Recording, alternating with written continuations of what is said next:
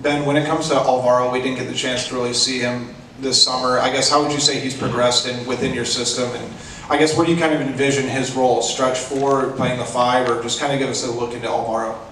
Yeah, so it's a unique situation when you come into our program. We demand a lot of effort. We demand a lot of different things, and he can give that. I think before we start to put a great deal of emphasis on just the teaching of the X's and O's, which we still do, we need to make sure that guys are meeting the standard which he currently is.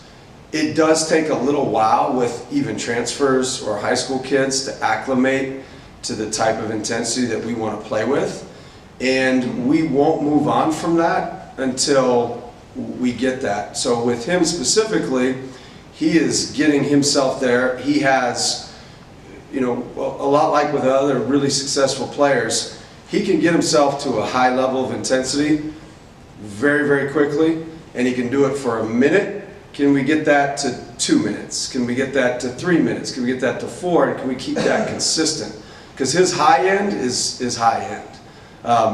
How we'll use him, he can play anywhere from the 3, 4, and 5, depending upon if we want to go big or if we want to play small, because of his ability to pass, his ability to stretch the floor with a shot, and then his just overall basketball IQ. So again, we probably haven't at this point used him to the level that we need to use him in practice, just because we needed to get that other stuff going first, and not because he wasn't playing hard. It's just a matter of, can we get to that standard consistently?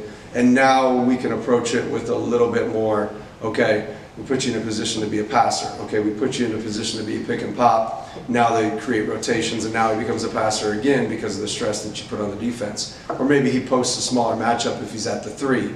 There's just so many different things you can do with a guy like him. Elliot? Hey Ben, Elliot Clough, Hawkeye Insider. Speaking of Alvaro in the front court, maybe other than Trevin, you don't have a ton of size up front. I guess what's your expectation in terms of how you protect the rim, or does it change? Does it change your offensive philosophy, maybe like it did last year when Cam was your center? How do you plan to protect the rim? Yeah, that's a good question, and I'm open to suggestions. If you've got I think the big thing for us is we have to be a little bit unique in that it's more of a kind of keep it out of the paint type of thing. Keep it out of that 15-foot, keep it out of that 18-foot area, so that it just doesn't get there, so that you don't have to necessarily protect the rim. So you kind of protect the paint rather than protecting the rim and shot blocking. That's why we have bigger bodies on the perimeter, because we can get a 6'4" point guard, but it's really difficult to get a 7-foot guy that can protect the rim and play. Similar to just, one, it costs a lot of money. Two, we had to retool the entire roster, and so you still have to get guys that can play in the Big Ten, not necessarily specific to what you want. But if we can keep it out of the paint consistently, if we can avoid as many rotations as possible, even at the Division II level and Division I, we didn't have a great deal of shot blocking, and so we've always had that. I don't know if it's a problem, and we're able to find ways to be able to defend and keep it out of the paint. Chad Lysico, Des Moines Register. What type of identity does this team need to have for it to be able to compete in the Big Ten Conference? They need to have a chip on their shoulder. You need to play with a little edge. I think that when you take over a position, there's naturally a great deal of excitement. And I think if you're not careful, it can create a sense of a rival. And I said this at the Big Ten meetings. And so understanding that I've always worked better with the chip on my shoulder, like either doubted or whatever, and same with those guys. And so making sure that we continue to have that edge and don't have a sense of a rival. More so than anybody in the league, that's what we're going to need to have to be able to be successful in the Big Ten. Tyler? Tyler Tashman with the Des Moines Register. Is Tavion going to be suspended, and just curious how you're dealing with that from a disciplinary standpoint? Yeah, so we'll initially follow the school code of conduct, and then after that, then we'll have some team rules in regards to whether or not there will be a suspension. Haven't necessarily made a decision in regards to that stuff until I completely get the information. With discipline issues, just kind of for future reference, the way we've always done it is, and the way I've always done it is, I've always tried to take each case a little bit differently than the last, because there's so many circumstances surrounding each thing. And I think oftentimes coaches have, if he does this, then this happens to that kid, but all circumstances are different. Maybe if somebody else does this, it's worse, or maybe it's less, or whatever that may be.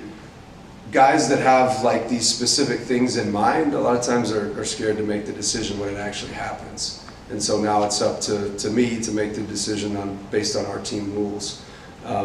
Obviously he's disappointed and we are too.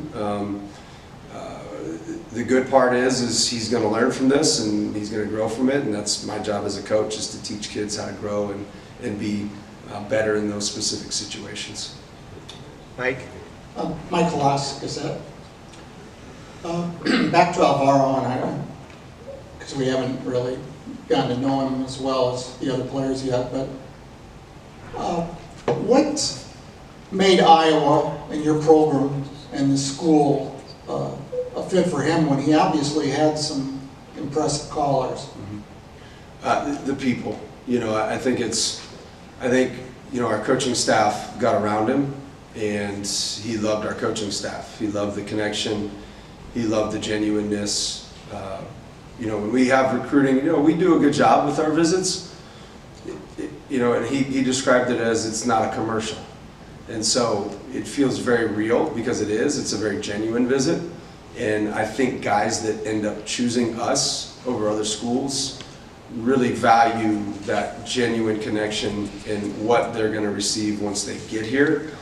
Even though it's not necessary for everybody, because it is a tough program. And to be able to win at the level we want to win at eventually, we need guys that are here for the right reasons, and that's why he chose that.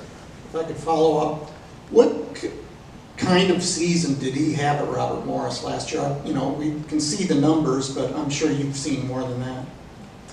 Yeah, I think the year before they were at the bottom of the league, and then he was the one returner, and they completely flipped everything, and then he was MVP of the league. I think it kind of goes with the theme of what we try to recruit is either undervalued or underappreciated, if that makes sense. And then with him, he triggered everything because he was a stretch 5 in that league, and so he could stretch the floor, he could pass, he could rebound, he could defend. He got a lot of deflections, and probably most importantly, he's fiercely competitive, almost to a fault. That's probably his greatest strength, and it's also his probably greatest weakness, is that he's got some Spanish flair, and he's got some flair to his game, which I love and appreciate. So, but we just got to harness it and hone it in, and we're getting there.